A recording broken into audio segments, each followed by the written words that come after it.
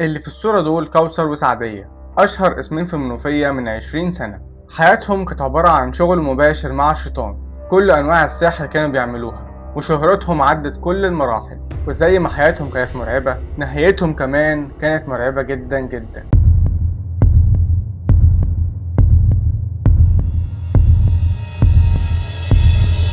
2003 في محافظة المنوفية، بالتحديد داخل قرية في مركز الباجور. طابور كبير من الناس، كل واحد مستني دوره عشان يدخل يقابل كوثر وسعدية. والكلام اللي الناس بيقولوه لبعض إنهم جايين عشان ياخدوا البركة، وهم عارفين كويس إنهم جايين لأشهر سحرة في المنطقة، واللي قدروا يقنعوا الناس إن هم سبب في سعادتهم أو نهايتهم. ويا ويله اللي يكسر كلمة للأختين كوثر وسعدية. عندهم قدرة مش عادية للسيطرة على عقول الناس، وكل واحد كان بيروح بمزاجه. المكان كان زحمة فعليا، لكن أول ما هتدخل بيتهم هتلاقي الدنيا مختلفة تماما. البيت كان متقسم بطريقة معمول حسابها كويس، وكل واحد له مكان. اللي عاوز يعمل أو يفك سحر بسيط في أوضة، إنما اللي عايز يعمل سحر سفلي أو حاجة أكبر من كده له مكان تاني خالص. وفي نفس الوقت كله بحسابه. مفيش حد في القرية ما كانش بيخاف منهم، واللي عايز يمشي وهو مطمن يبعد حتى عن سور البيت بتاعهم. لحد ما كل حاجة اتغيرت بعد ما ولادهم صحيوا من النوم على منظر كوثر وسعدية وهم مقتولين، مرميين على الأرض في صالة بيتهم، غرقانين في دمهم، مذبوحين وإيديهم مقطوعة تماما عن جسمهم، والأصابع مرمية في أكتر من مكان. منظر مرعب جدا. الأهالي تبلغ رجال الأمن عشان يوصلوا بسرعة من بشاعة البلاغ، ويوصل رجال الأمن ومعاهم رجال المعمل الجنائي عشان يحاولوا يعرفوا ايه اللي حصل بالظبط في بيت كوثر وسعدية. وأول ملاحظة إن مفيش عنف خالص في دخول البيت، كل الأبواب والشبابيك سليمة، وواضح إن الجريمة حصلت من ساعة أو ساعتين بالكتير، وآخر ناس مشوا من عندهم كانت الساعة 2 بالليل. الجريمة كلها حصلت في مدخل البيت. جثة كوثر كانت قريبة جدا من باب البيت، وسعدية بعيدة عنها بحاجة بسيطة. الملاحظة المهمة في عملية الذبح وقطع الإيد، واضح إنه هو تم بسكينة حامية جدا، وتم فحص مسرح الجريمة كويس ورفع كل البصمات اللي جوه البيت، اللي طبعا كانت كتيرة جدا بسبب الزحام اللي كان دايما عندهم. وبعدها يتم نقل الجثتين للطب الشرعي لتحديد وقت وسبب الوفاة. والطب الشرعي كان عنده نفس الملاحظة، إن الذبح اللي كان عند الأختين والإيدين المقطوعة كلهم تموا بشكل احترافي جدا. حد عنده خبرة كويسة جدا في مسكة السكينة والذبح في اتجاه واحد، واختيار منطقة الذبح اللي تنهي على الحياة على طول، وهو ده كان سبب الوفاة. إنما وقت الوفاة هو ده اللي كان غريب. الفرق بينهم كان مجرد دقايق، وواضح إن مفيش أي مقاومة، وده يقول إن اللي عمل كده هم عارفينه كويس جدا جدا. والغريب في الموضوع إن مفيش حد سمع أي صوت أو مقاومة، برغم إن طبيعة الكرة عكس كده خالص، أي صوت بيتسمع على طول. ومين الشبح ده اللي قدر يخش البيت ويعمل كده ويمشي من غير ما حد يحس بيه؟ ومن هنا يبدأ تحقيق رجال الأمن عشان يحاولوا يعرفوا ايه اللي حصل لكوثر وسعدية. تحديدا ان رجال القرية كانوا بيقولوا ان ده غضب من الشيطان عليهم، او انهم كانوا بيحضروا عمل سفلي واتقلب عليهم. وطبعا في الوقت ده الاشاعات بتكتر جدا، بس طبعا الكلام ده ما بينفعش مع رجال الامن. الموضوع محتاج ادلة وحاجات يقتنع بيها العقل، وكان لازم يجمعوا كل المعلومات عنهم. والحقيقة إن دي كانت أسهل جزء في القضية. من حوالي 6 سنين يختار كوثر وسعدية إن هما يشتغلوا في السحر والشعوذة، إن هما يعملوا سحر وأعمال لناس ويفكوا سحر وأعمال لناس تانية. شغلهم في السحر والشعوذة واضح إن هو كان ناجح جدا، وده بسبب إن كان في ناس كتير كانت بتروح لهم، سواء من القرية أو أماكن حواليهم، وأحيانا من مدن تانية. وبعد سنتين من شغلهم اشتروا البيت اللي اتقتلوا فيه ده، وكانوا عايشين مع بعض بولادهم في نفس البيت، وقدروا في وقت قليل يكسبوا فلوس كتير جدا من الناس. وده كان واضح جدا من كمية الذهب اللي كانوا لابسينها في ايديهم، واللي بسببه برضه رجال الامن رجحت ان القطع اللي في الايدين ممكن يكون جدا بهدف السرقة، علشان كان في ايديهم كمية كبيرة من الخواتم والغوايش فعلا كانت ملفتة للنظر.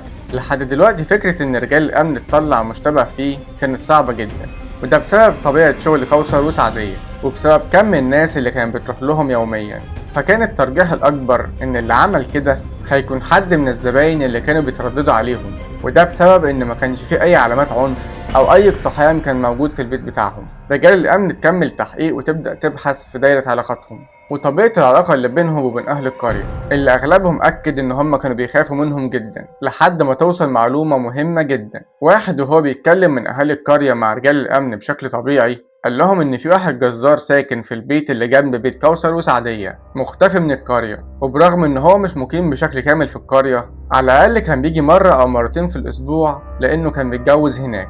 بس المرة دي ما ظهرش خالص. المعلومة دي على الرغم إن هي اتقالت بشكل طبيعي في وسط كلام الشاهد، لكن تلفت انتباه رجال الأمن، لأن الراجل ده شغال جزار. والذبح اللي حصل وقطع الإيد بيقولوا إن اللي عمل كده متمرس وعنده خبرة في مسكة السكينة. ميزة الكرة الصغيرة هنا إن الناس كلها بتبقى عارفة بعض، وفي بعض الأحيان بيكونوا عارفين التفاصيل الداخلية عن بعض. ولما سأل رجال الأمن أهل القرية عن الجزار ده، عرف إن هو اسمه شعبان السيد، جزار أساسا في منطقة الشرابية في القاهرة، لكنه اتجوز واحدة من نفس القرية اللي كان أحيانا بيقعد معاها أوقات كتير أكتر من يوم، وبعدها بيرجع على القاهرة تاني. رجال الأمن قرر إن هي تعمل بحث وتحريات عن الجزار اللي اسمه شعبان ده، وتعرف إن هو بعد ما كان جزار كبير وبيكسب فلوس كتير، بدأ يمر بضائقة مالية وبقى عليه كمية ديون كبيرة، ودي حاجة مش طبيعية بالنسبة له. لكن في نفس الوقت هي معلومة مهمة جدا لرجال الأمن، لأن احتمال كبير يكون هو اللي عمل كده بسبب السرقة، والشك فيه بشكل عام كان لأكتر من سبب.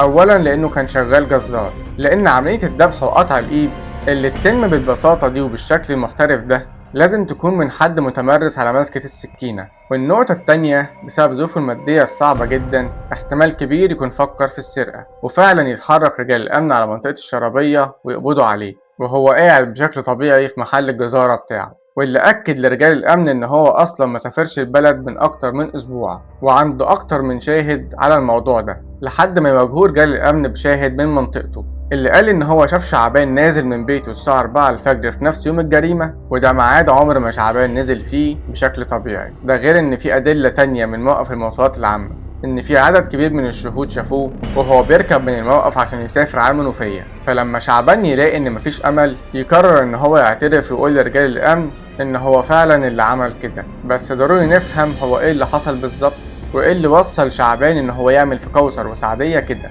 شعبان يقول إن هو قتلهم لأنهم دمروه بالسحر، وحكى لرجال الأمن اللي حصل بالظبط.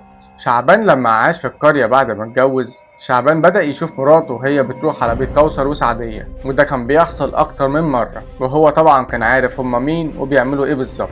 وبعد فترة بدأ شعبان يتوهم إن هو بيحصل له حاجات غريبة، وإن هو مش قادر يبعد عن مراته، وبقى عنده إيمان إن كوثر وسعدية عاملين له سحر اسمه سحر الربط، وده سحر مراته اللي طلبت تعمله علشان تربطه وما يقدرش يبعد عنها خالص. ساعتها شعبان يقرر ان هو يروح لكوثر وسعدية علشان يسألهم هل هو مسحور ولا لا. وطبعا عشان كوثر وسعدية نصابين وجزء كبير من شغلهم ان هم يوهموا الناس ان هم مسحورين، كان لازم يقولوا له ان هو فعلا مسحور وان العلاج بتاعه عندهم، وان هم اللي عملوا له السحر وهم بس اللي يقدروا يفكوا السحر ده. واكدوا عليه ان هو فعلا معمول له سحر الربط، وان مراته جابت حاجات كتير من قطره علشان كده السحر كان قوي جدا، وإن هم عشان يفكوا السحر ده الموضوع محتاج فلوس وطلبات كتير. ومن هنا دخل شعبان في دوامة الدجالين والنصابين، وبدأ كوثر وسعدية يطلبوا من شعبان طلبات وفلوس ملهاش آخر، وكل مرة يقولوا لشعبان إن دي آخر مرة يتحججوا بحاجات تانية ويطلبوا منه طلبات تانية ملهاش آخر، بحجة إن السحر اللي معمول لشعبان قوي جدا، وعلشان يبطلوا السحر ده الموضوع كان صعب. وبسبب كده شعبان خلص كل فلوسه، وكمان بقى مديون لعدد كبير من الناس، واللي بسببها بقى مضغوط نفسيا جدا بشكل كبير، مرة بسبب تفكيره الكتير في الفلوس اللي ضاعت منه، ومرة بسبب تفكيره في السحر الاسود اللي كان معمول له. ومن هنا ما كانش فيه حاجة بتدور في دماغ شعبان غير ان هو ازاي هيتخلص من الموضوع ده، وكانت كل الافكار اللي بتدور في دماغه ان هو ينتقم من كوثر وسعدية لان هما اللي وصلوه لكده. وشعبان كان مقتنع ان هو لو قتلهم هينهي على السحر اللي كان معمول له خالص. ساعتها شعبان حسم الامر وقرر ان هو هيقتل كوثر وسعدية، وساعتها فكر في الخطة وفكر هيعمل ده ازاي من غير ما يكون متهم. وفعلا شعبان قرر وخطط كل حاجة هتمشي ازاي، وجه يوم التنفيذ. وساعتها شعبان سافر قبل الفجر من القاهرة، ووصل الساعة 6 الصبح لبيت كوثر وسعدية. خبط عليهم، ولما كوثر فتحت له الباب قال لها ان هو جاب لهم الطلبات اللي هي كانت طالباها منه علشان يفكوا له السحر. وبمجرد ما كوثر ادت لشعبان ظهرها، هجم شعبان عليها وكتم نفسها وطلع السكينة من الجلابية اللي كان لابسها وقام دبحها ورماها على الأرض.